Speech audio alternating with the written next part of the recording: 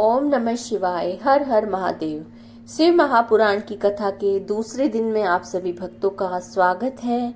आज की कथा में आप सुनेंगे कि किस प्रकार से चंचला का उद्धार हुआ, किस प्रकार से शिव भक्ति और भगवान शिव के नाम ने उसका उद्धार किया। तो आइए बिना विलंब किए आज की कथा आरंभ करते हैं।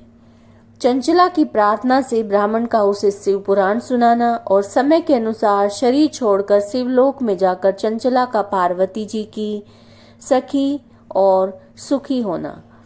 ब्राह्मण बोले कि नारी, सौभाग्य की बात है कि भगवान शंकर की कृपा से शिव पुराण की इस वैराग्य युक्त कथा को सुनकर तुम्हें इस समय पर चेत हो गया है।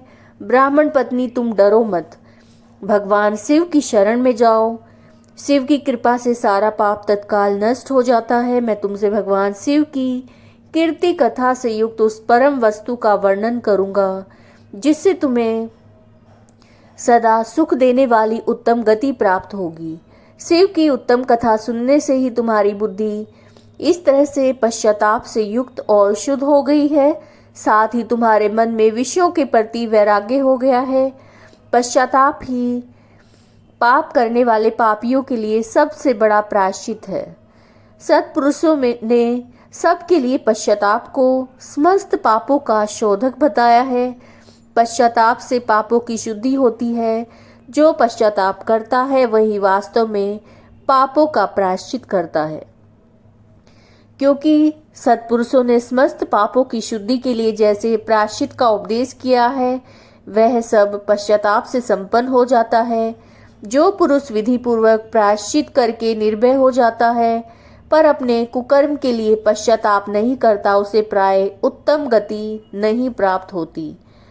परंतु जिसे अपने कुकृत्य पर हार्दिक पश्चाताप होता है वो अवश्य उत्तम गति का भागी होता है, इसमें संशय नहीं है।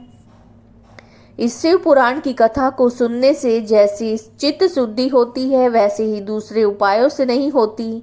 जैसे दर्पण साफ करने पर निर्मल हो जाता है, उसी प्रकार शिव पुराण की कथा से चित्त अत्यंत शुद्ध हो जाता है, इसमें संशय नहीं है। मनुष्यों के शुद्ध चित्त में जगदम्बा पार्वती सहित भगवान शिव विराजमान रहते हैं। सदाशिव के पद को श्री श्याम सदाशिव के पद को प्राप्त होता है। इस उत्तम कथा का श्रवण समस्त मनुष्यों के लिए कल्याण का बीज है। अतः यथोचित शास्त्रोक्त मार्ग से इसकी आराधना और सेवा करनी चाहिए। ये बंधन रूपी रोग का नाश करने वाली है। भगवान शिव की कथा को सुनकर फिर अपने हृदय में उसका मनन और ध्यान करना चाहिए। इससे पूर्णतः चित्त शुद्धि होती है। चित्त की शुद्धि होने से महेश्वर की भक्ति अपने दोनों पुत्रों ज्ञान और वैराग्य के साथ निश्चय ही प्रकट होती है। तत्पश्चात महेश्वर के अनुग्रह से दिव्य मुक्ति प्राप्त होती है, इसमें संशय नहीं है। जो मुक्ति से वंचित है उसे पशु समझना चाहिए, क्योंकि उसका चित्त माया के बंधन में आसक्त है। वह निश्चय ही संसार बंधन से मुक्त नहीं हो पाता। ब्राह्मण पत्नी, इसलिए तुम विषयों से मन को हटा लो और भक्ति भाव से भगवान शंकर की इस परम पावन कथा को सुनो। परमात्मा शंकर की इस कथा को सुनने से तुम्हारे चित्त की शुद्धि होगी।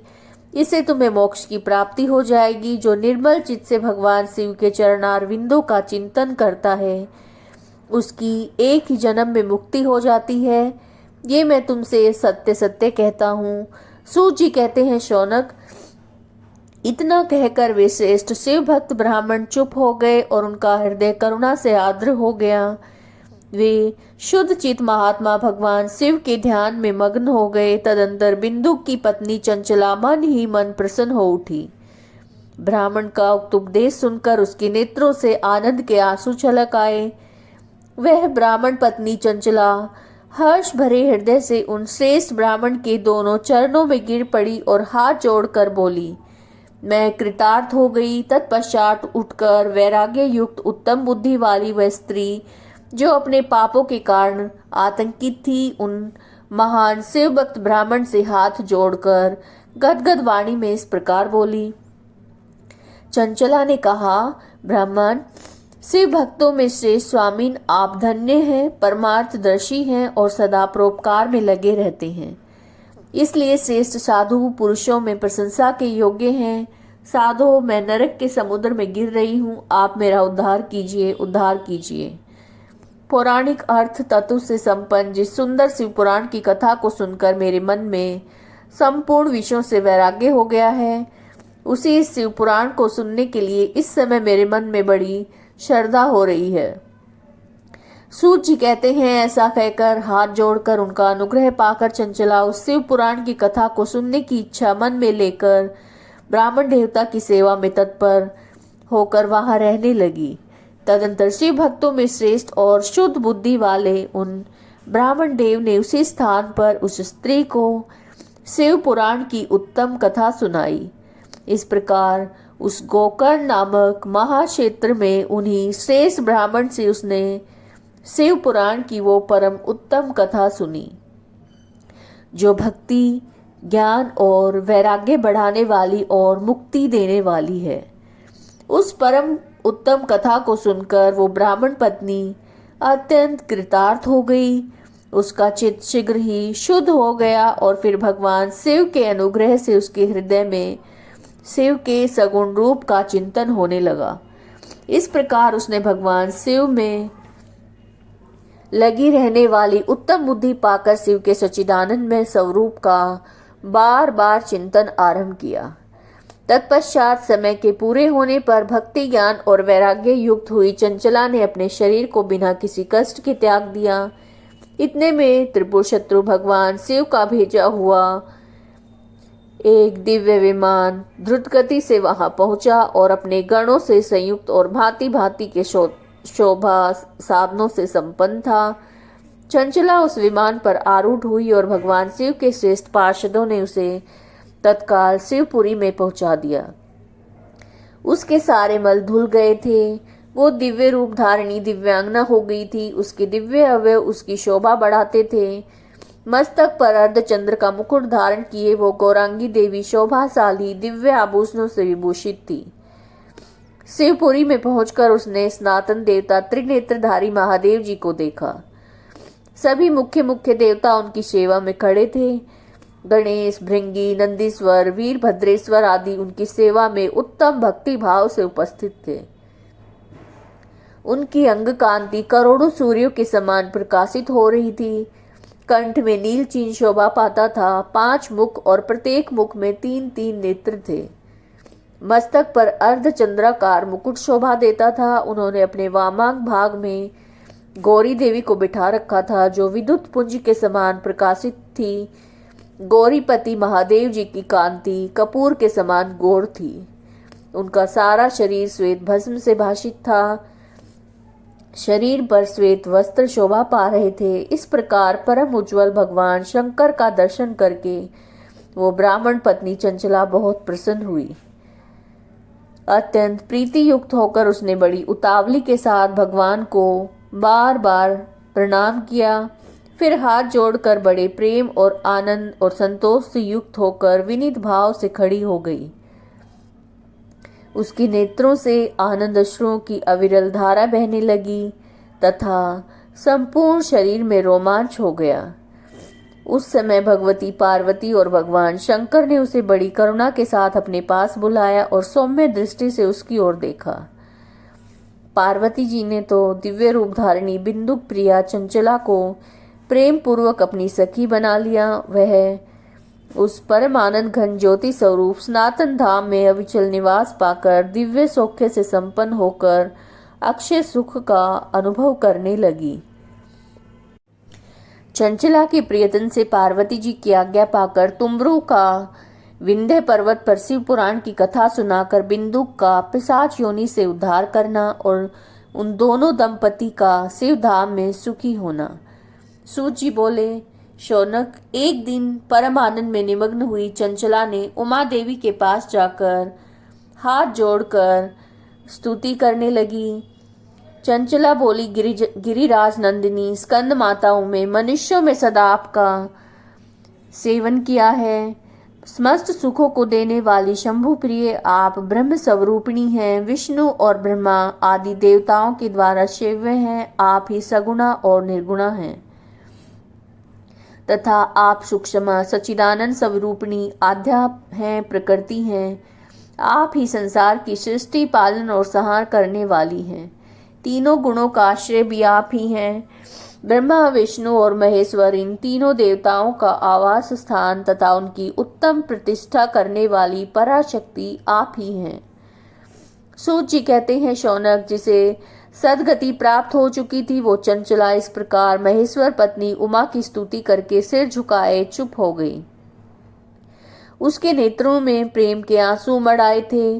तब करुणा से भरी शंकर प्रिया भक्तवत्सला पार्वती देवी ने चंचला को संबोधित करके बड़े प्रेम से इस प्रकार से कहा। पार्वती बोली, सखी चंचले सुंदरी, मैं तुम्हारी की हुई इस स्तुति से बड़ा प्रसन्न हूँ। बोलो, क्या वर मांगती हो? तुम्हारे लिए कुछ भी अदेय नहीं है।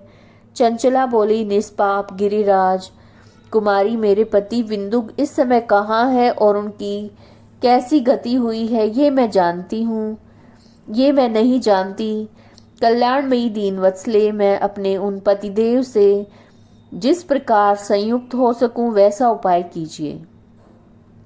महेश्वरी, महादेवी, मेरे पति एक शुद्र जातीय वैश्या के प्रति आसक्त थे और पाप में डूबे रहते थे। उनकी मृत्यु मुझसे पहले हो गई थी। न जाने किस गति को प्राप्त हुए। गिरिजा बोली, बेटी तुम्हारा बिंदुक नाम वाला पति बड़ा पापी था। उसका अंतकरण बड़ा दूषित था। वैश्या का उपभोग करने वाला वो महामूढ़ मरने के बाद नरक में पड़ा अगणित वर्षों तक नरक में नाना प्रकार के दुख भोग कर वो पापात्मा अपने शेष पाप को भोगने के लिए विंध्य पर्वत पर पिशाच हुआ है और नाना प्रकार के कलेश उठा रहा है। वो दुष्ट वहीं वायु पीकर रहता है, सदा सभी प्रकार के कष्ट सहता है। सूत जी कहते हैं, शौनक गौरी देवी की ये बात सुनकर उत्तम व्रत का पालन करने वाली चंचला उस समय पति के महान दुख से दुखी हो गई। फिर मन को स्थिर करके ब्राह्मण पत्नी ने व्यथित हृदय से महेश्वरी को प्रणाम करके पुनः पूछा। चंचला बोली, महेश्वरी महादेवी, मुझ पर कृपा कीजिए और दूषित कर्म करने वाले मेरे उस दुष्ट पति का आप उद्धार कर दीजिए। देवी, कुत्सित बुद्धि वाले मेरे उस पाप आत्मा पति को किस उपाय से उत्तम गति प्राप्त हो सकती है, ये शीघ्र बताइए। आपको नमस्कार है। पार्वती ने कहा, तुम्हारा पति यदि शिव पुराण की पुण्यमयी उत्तम कथा सुने तो सारी दुर्गति को पार करके उत्तम गति का भागी हो सकता है। अमृत के समान मधुर अक्षरों से युक्त गौरी देवी का ये वचन आदर पूर्वक सुनकर चंचला ने हाथ जोड़कर मस्तक झुकाकर उन्हें बार बार प्रणाम किया और अपने पति के समस्त पापों की शुद्धि और उत्तम गति की प्राप्ति के लिए पार्वती देवी से प्रार्थना की कि मेरे पति को शिव पुराण सुनाने की व्यवस्था होनी चाहिए।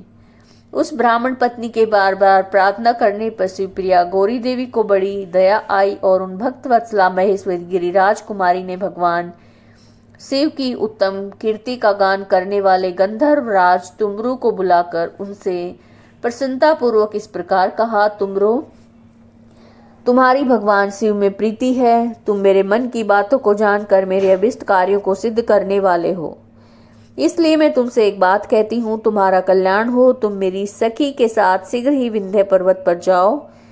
वहां एक महाघोर भयंकर पिशाच रहता है, उसका वृतांत तुम आरंभ से ही सुनो। मैं तुमसे प्रसन्नता पूर्वक सब कुछ बताती हूँ। पूर्व जन्म में पिशाच बिंदुक नामक ब्राह्मण था, मेरी सखी चंचला का पति था, परंतु दुष्ट वैश्यागामी हो गया। स्नान संध्या आदि नित्य कर्म छोड़कर अपवित्र रहने लगा। क्रोध के कारण उसकी बुद्धि पर मूढ़ता छा गई थी। वो कर्तव्य अकर्तव्य का विवेक नहीं कर पाता था। अभक्ष्य भक्षण, सज्जनों से द्वेष और दूषित वस्तुओं का दान लेना उसका स्वाभाविक कर्म बन गया था। वह अस्त्र शस्त्र लेकर हिंसा करता, बाएं हाथ से खाता, दीनों को सताता और क्रूरता पूर्वक पराये घरों में आग लगा देता था। चंडालों से प्रेम करता, प्रतिदिन वैश्या के संपर्क में रहता, बड़ा दुष्ट था। वो पापी अपनी पत्नी का परित्याग करके दुष्टों के संग में आनंद मानता था। मृत्यु पर्यंत दुराचार में फंसा रहा। फिर अंतकाल आने पर उसकी मृत्यु हो गई। पापियों के भोग स्थान घोर यमपुर में गया और वहां बहुत से नरकों का उपभोग करके दुष्ट आत्मा जीव इस समय विंध्य पर्वत पर पिशाच बना हुआ है। वहीं वो दुष्ट पिशाच अपने पापों का फल भोग रहा है। तुम उसके आगे यत्न पूर्वक शिव पुराण की उस दिव्य कथा का प्रवचन करो जो परम पुण्यमयी और समस्त पापों का नाश करने वाली है। शिव पुराण की कथा का श्रवण सबसे उत्कृष्ट पुण्य कर्म है। उससे उसका हृदय शीघ्र ही समस्त पापों से शुद्ध हो जाएगा। वो प्रेत योनि का परित्याग कर देगा। दुर्गति से मुक्त होने पर बिंदुक नामक पिशाच को मेरी आज्ञा से विमान में बिठाकर तुम भगवान शिव के समीप ले जाओ। सूत जी कहते हैं, शौनक, महेश्वरी उमा के इस प्रकार आदेश देने पर गंधर्वराज तुमरू मन ही मन बड़े प्रसन्न हुए। उन्होंने अपने भाग्य की सराहना की। तत्पश्चात उस पिशाच की सती साध्वी पत्नी चंचला के साथ विमान पर बैठकर नारद के प्रिय मित्र तुमरू वेग पूर्वक विंध्याचल पर्वत पर गए। जहां वो पिशाच रहता था वहां उसने उस पिशाच को देखा। उसका शरीर विशाल था, थोड़ी बहुत बड़ी थी, कभी हंसता, कभी रोता, कभी उछलता। उसकी आकृति बड़ी विकराल थी। भगवान शिव की उत्तम कीर्ति का गान करने वाले महाबली तुमरू ने उस अत्यंत भयंकर पिशाच को पाशों के द्वारा बांध लिया। तदंतर तुमरू ने शिव पुराण की कथा बांचने का निश्चय करके महोत्सव युक्त स्थान और मंडप आदि की रचना की। इतने में संपूर्ण लोकों में बड़े वेग से प्रचार हो गया कि देवी पार्वती की आज्ञा से एक पिशाच का उद्धार करने के उद्देश्य से शिव पुराण की उत्तम कथा सुनाने के लिए तुमरू विंध्य पर्वत पर गए हैं। फिर तो उस कथा को सुनने के लिए लोभ से बहुत से देव ऋषि शीघ्र ही वहां जा पहुंचे। आदर पूर्वक शिव पुराण सुनने के लिए आए लोगों को उस पर्वत पर बड़ा अद्भुत और कल्याणकारी समाज जुट गया। फिर तुमरू ने उस पिशाच को पाशों से बांधकर आसन पर बिठाया और हाथ में वीणा लेकर गौरीपति की कथा का गान आरंभ किया। पहली अर्थात विदेश्वर संहिता से लेकर 7वीं वायु संहिता तक महात्म सहित शिव पुराण की कथा का उन्होंने स्पष्ट वर्णन किया। सातों संहिताओं सहित शिव पुराण का आदर पूर्वक श्रवण करके वे सभी श्रोता पूर्णतः कृतार्थ हो गए। उस परम पुण्य में शिव पुराण को सुनकर उस पिशाच ने अपने सारे पापों को धोकर पिशाचिक शरीर को त्याग दिया। फिर तो शीघ्र ही उसका रूप दिव्य हो गया और अंग कांति गौरवर्ण हो गई। शरीर पर श्वेत वस्त्र और सभी प्रकार के पुरुषोचित आभूषण उसके अंगों को उद्भासित करने लगे। वो त्रिनेत्रधारी चंद्रशेखर रूप हो गया। इस प्रकार दिव्य देहधारी होकर श्रीमन बिंदुक अपनी प्राण वल्लभा चंचला के साथ स्वयं पार्वती वल्लभ भगवान शिव का गुणगान करने लगा। उसकी स्त्री को इस प्रकार दिव्य रूप से सुशोभित देखकर वे सभी देव ऋषि बड़े विस्मित हुए। उनका चित्त परम आनंद से परिपूर्ण हो गया। भगवान महेश्वर का वो अद्भुत चरित्र सुनकर वो सभी श्रोता परम कृतार्थ होकर प्रेम पूर्वक श्री शिव का यशोगान करते हुए अपने अपने धाम को चले गए। दिव्य रूपधारी श्रीमान बिंदुक भी सुंदर विमान पर अपनी प्रियतमा के पास बैठकर सुखपूर्वक आकाश में स्थित होकर बड़ी शोभा पाने लगा। तदंतर महेश्वर के सुंदर और मनोहर गुणों का गान करता हुआ वो अपनी प्रियतमा तथा तुमरू के साथ शीघ्र ही शिव धाम में जा पहुंचा। वहां भगवान महेश्वर और पार्वती देवी ने प्रसन्नता पूर्वक बिंदुक का बड़ा सत्कार किया, उसे अपना पार्षद बना लिया। उसकी पत्नी चंचला पार्वती जी की सखी हो गई। उस घनीभूत ज्योति स्वरूप परम आनंद में सनातन धाम में अविचल निवास पाकर वे दोनों दंपति परम सुखी हो गए। तो ये आपने शिव महापुराण की कथा का दूसरा अध्याय सुना। प्रतिदिन ये शिव पुराण की पावन कथाएं सुनने के लिए चैनल को सब्सक्राइब कीजिएगा और वीडियो को लाइक कीजिएगा। हर हर महादेव।